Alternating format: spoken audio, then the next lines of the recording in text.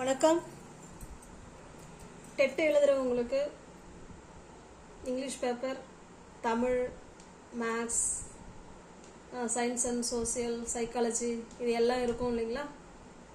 அதில் நம்ம இன்னைக்கு இங்கிலீஷில் கிராமர் வரும், உள்ள லெசன்ல இருந்து யார் என்ன சொன்னாங்கங்கிறது வரும்.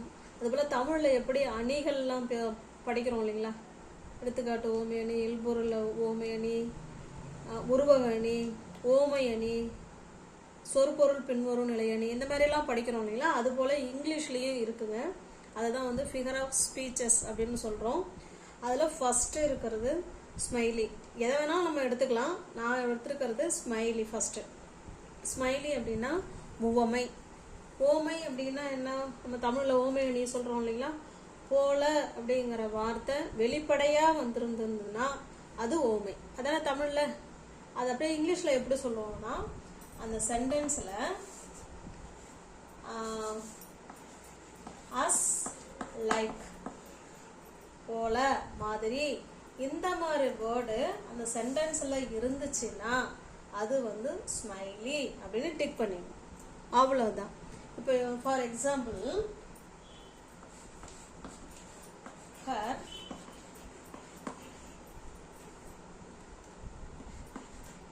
her face is as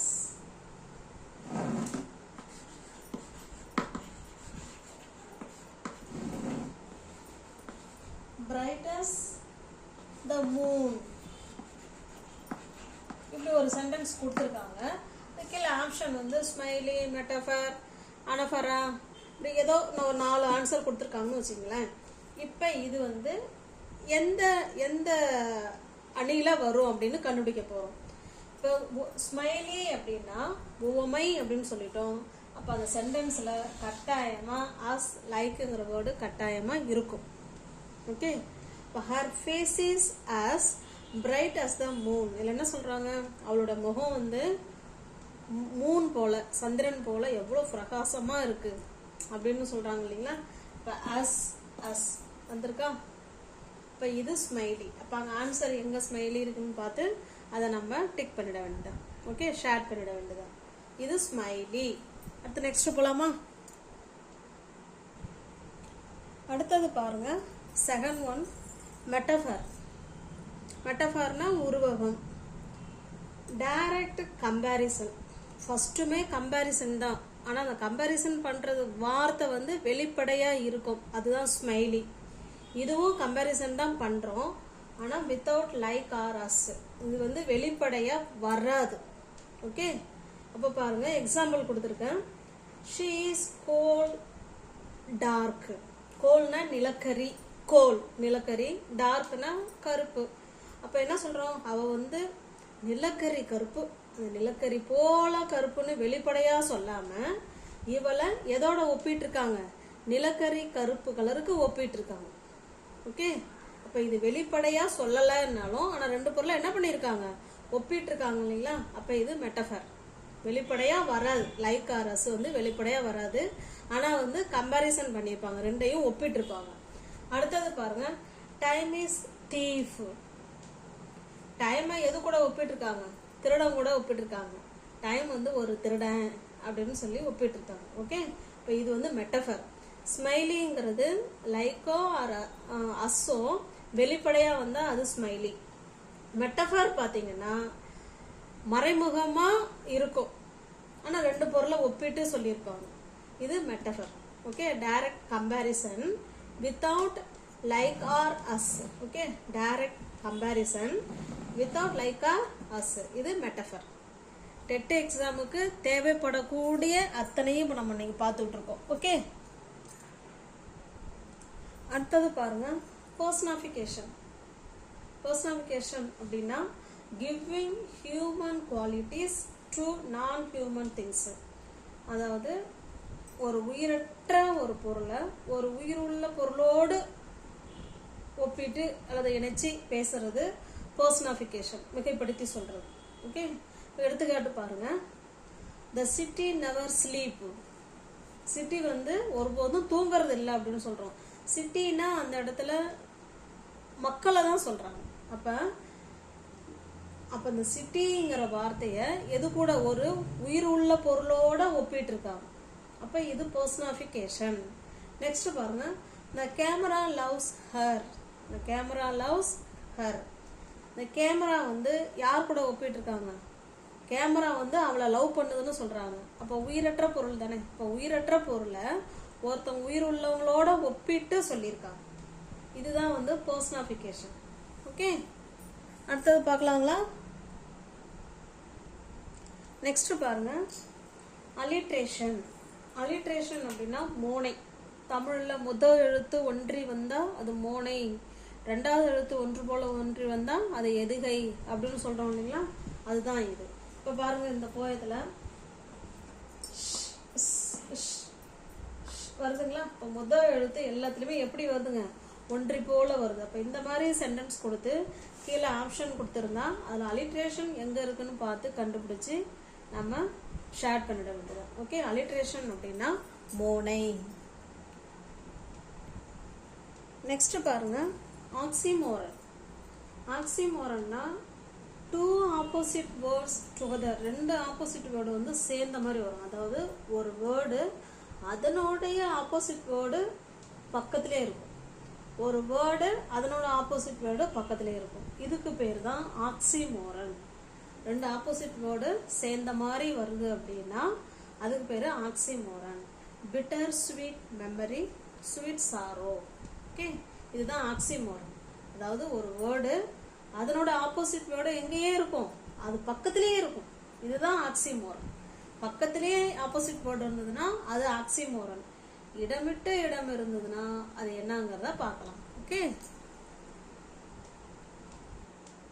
அடுத்து நெக்ஸ்ட் பாருங்க, கான்ட்ராஸ்ட்.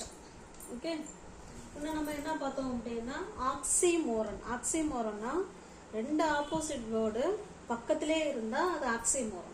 இது கான்ட்ராஸ்ட்ங்கிறது அதே போல டூ ஆப்போசிட் வேர்டு தான், ஆனா ஒரு வரியிலையோ இல்லை அந்த சென்டென்ஸ்ல எங்க வேணாலும் இருக்கலாம், இங்க வேணாலும் இருக்கலாம்.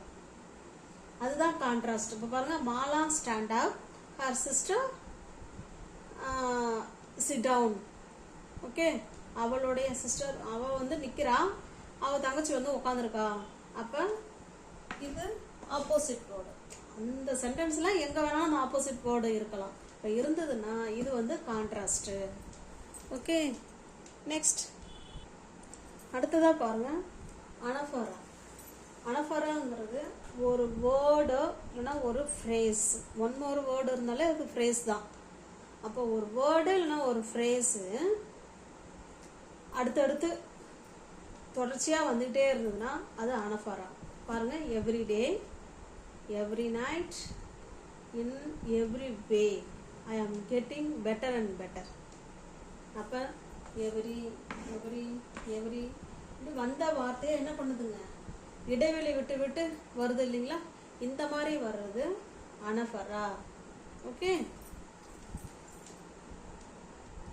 நெக்ஸ்ட் பாருங்க, ரெப்படிஷன். ரெப்படிஷன், அனஃபரா, இது எல்லாமே திரும்ப திரும்ப வர்றது தான். அனஃபராங்கிறது இடைவெளி விட்டு இடைவெளி வரும். வந்த வார்த்தையே இடைவெளி விட்டு கேப் விட்டு வந்தால் அது அனஃபரா. ரெப்படிஷனுங்கிறது இடைவெளியே விடாமல் வரும், தொடர்ச்சியாக. பாருங்கள், work work work still you succeed. நீங்கள் வந்து வெற்றி அடைகிற வரைக்கும் வேலை வேலை வேலை. ஓகே, இப்போ இது வந்து read read read still you succeed சொல்லலாம்ல. அப்போ இடைவெளி விடாமல் வர்றது repetition. Never give up, never give up, கைவிட்டுறாதீங்க. நீங்கள் வெற்றி அடைகிற வரைக்கும் ஒர்க் பண்ணிக்கிட்டே இருங்க, கைவிட்டுறாதீங்க கைவிட்டுறாதீங்க கைவிட்டுறாதீங்கன்னு சொல்கிறோம். அப்போ இது வந்து ரெப்படிஷன். அனஃபராங்கிறது இடைவெளி விட்டு விட்டு வரும், சொன்ன வார்த்தையே வரும். இதுலேயும் சொன்ன வார்த்தையே தான் வருது, ஆனால் வந்து கமாலாம் எங்கேயுமே இல்லை பாருங்க. இது வந்து ரெப்படிஷன், தொடர்ச்சியாக வர்றது. நெக்ஸ்ட் பாருங்க, எபிதெட். எபிதெட்னா ஒரு அடைமொழி, அட்ஜெக்டிவ்னு சொல்லுவோம் இல்லைங்களா, அட்ஜெக்டிவ் மாடலில் வந்திருந்தாலும் அது எபிதெட் தான். இப்போ பாருங்க, அட்ஜெக்டிவ்னா என்ன, நவுனை டிஸ்கிரைப் பண்ணுற மாதிரி இருந்ததுன்னா அது அட்ஜெக்டிவ். ஓகே, அப்போ இதில் எது noun, river noun, street noun. நவுன்னா பெயர் சொல்லுங்க, நம்ம கண்ணால் பார்க்கறது, சுற்றி பார்க்கறது எல்லாமே நவுன் தான். எதெல்லாம் நம்மளால கிளிக் கிளிக் கிளிக்னு ஒரு ஃபோட்டோ எடுக்க முடியுமோ அது எல்லாமே நவுன். அப்போ ரிவர், ஸ்ட்ரீட் இது நவுன். இதை தான் இதை டிஸ்கிரைப் பண்ணுது. Little liver, complaining street. அப்போ இதுதான் எபிதெட். ஓகே, ஒரு நவுனை டிஸ்கிரைப் பண்ணுற மாதிரி வந்திருக்கு அப்படின்னா அது எபிதெட். இது போயத்தில். ஓகே, நெக்ஸ்ட் பாருங்க ஹைப்பர் போல். ஹைப்பர் போல்னா ரஜினி சொல்லுவார்ல, நான் ஒரு தடவை சொன்னா அது 100 தடவை சொன்ன மாதிரி. அப்போ ஒரு தடவை தான் அது நடந்திருக்கும், ஆனால் நான் அத்தனை முறை சொன்னேன்னு சொல்லி ஒரு எம்பசைஸ் பண்ணி ஒரு மிகைப்படுத்தி சொல்கிறோம் இல்லைங்களா, அதுதான் வந்து ஹைப்பர் போல். பாருங்க, I have told you 100 times, இல்லை I have told you million times. நான் உன்ட்ட 1000 தடவை சொல்லிட்டேன், 1000 times. உன்ட்ட நான் 100 தடவை சொல்லிட்டேன். எங்கேயாவது காதில் வாங்குறேன், ஆனால் நம்ம வந்து 100 தடவை சொன்னோமா? இல்லை. இப்போ இந்த மாதிரி ஒரு விஷயத்த மிகைப்படுத்தி சொல்றது தான் ஹைப்பர் போல். ஓகே, அடுத்து நெக்ஸ்ட் ஒன் பாருங்க, அனமட்டோஃபியா. இப்போ நம்ம பார்க்கறது எல்லாமே அணிகள் தாங்க, பார்க்கறது எல்லாமே அணிகள் தான். அனமட்டோஃபியா அப்படின்னா அனிமல் சவுண்டு. அங்கே எதுனாவது அனிமல் சவுண்டு வந்துருச்சுனாலே அது கட்டாயமாக அனமட்டோஃபியா தான். ஓகே, கேட், மியூ, பீ, பிஸ். ஓகே, இது அனமட்டோஃபியா. இப்போ இது எல்லாமே பேப்பர் 1, பேப்பர் 2க்கு வரக்கூடிய அணிகள் தான். முக்கியமான அணிகளை மட்டும் இதில் பார்த்துருக்கோம். ஓகே, இப்போ பாருங்க, இப்போ நம்ம இந்த இதில் என்னென்ன அணிகள் பார்த்துருக்கோம் அப்படிங்கிறத ரீகால் பண்ணிக்கலாம். ஸ்மைலி அப்படின்னா அஸ், ஆர், லைக் வந்து வெளிப்படையாக ஒரு சென்டென்ஸில் வந்திருக்கு அப்படின்னா அது ஸ்மைலி. மெட்டஃபார் பார்த்தீங்கன்னா ரெண்டு பொருளை தான் ஒப்பிடுவாங்க.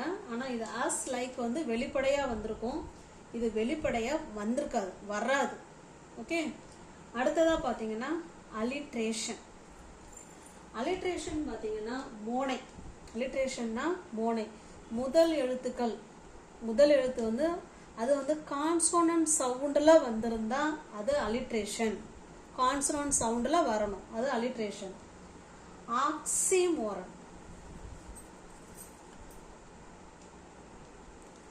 ஆக்சிமோரன் பார்த்தீங்கன்னா கான்ட்ராஸ்ட் வேர்டு. ஒரு வேர்டு இருக்கும், அதனுடைய கான்ட்ராஸ்ட் வேர்டு பக்கத்திலே வரணும், அது ஆக்சிமோரன். கான்ட்ராஸ்ட் பார்த்தீங்கன்னா அதுவும் 2 ஆப்போசிட் வேர்டு தான், ஆனால் ஒரு சென்டென்ஸில் எந்த இடத்துல வேணாலும் இருக்கலாம், அது கான்ட்ராஸ்ட். ஓகே, ஆக்சிமோரன்னா பக்கத்தில் இருக்கணும் opposite word. Contrast opposite word ஒரு லைனில் எங்கே வேணாலும் இருக்கலாம். அனஃபரா. அனஃபராங்கிறது ஒரு வேர்டோ ஒரு ஃப்ரேஸோ அடுக்குமொழி போல் திரும்ப அது வந்துக்கிட்டே இருக்கும், இடைவெளி விட்டு இடைவெளி வர்றது. இப்போ நம்ம எவ்ரி டே, எவ்ரி நைட்டு, இன்னும் எவ்ரி வே, ஐ ஆம் கெட்டிங் பெட்டர் அண்ட் பெட்டர் பார்த்தோம் இல்லைங்களா. அப்போ இடைவெளி விட்டு திரும்ப சொன்ன வார்த்தையே வர்றது அனஃபரா. ரெப்படிஷன் பார்த்தீங்கன்னா அதுவும் அதே போல் சொன்ன வார்த்தை தான், ஆனால் இடைவெளி விடாமல் வரும், அது ரெப்படிஷன். எபிதெட். எபிதெட் பார்த்தோம்னா எபிதெட் பாருங்க, எபிதெட்டுங்கிறது அனிமல் சவுண்டு. அனிமல் சவுண்டு எங்கெல்லாம் அந்த சென்டென்ஸில் இருந்துச்சுன்னா அது எபிதெட் அப்படின்னு ஆன்சர் பண்ணிக்கோங்க. ஒனமட்டோஃபியா, அது என்ன சொல்லுங்க, அது ஒனமட்டோஃபியா. சாரி, எபிதெட் அப்படிங்கிறது அட்ஜெக்டிவ் மாதிரி வரும் இல்லைங்களா, ஒன்று இன்னொன்று மிகைப்படுத்தி சொல்கிறது, அது எபிதெட். அட்ஜெக்டிவ் மாதிரி வர்றது, லார்ஜ் சிட்டி அந்த மாதிரி வர்றது எபிதெட். அனமட்டோஃபியாங்கிறது தான் அனிமல் சவுண்டு. அந்த அனிமல் அனமட்டோஃபியா ஞாபகம் வச்சுக்கோங்க, அ சவுண்டில் வருது பாருங்க, அனமட்டோஃபியா அனிமல்.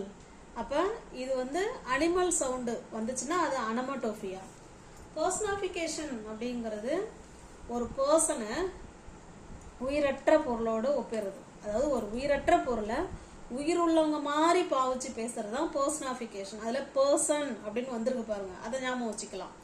ஹைப்பர் போல் அப்படின்னா ரொம்ப மிகைப்படுத்தி சொல்கிறது.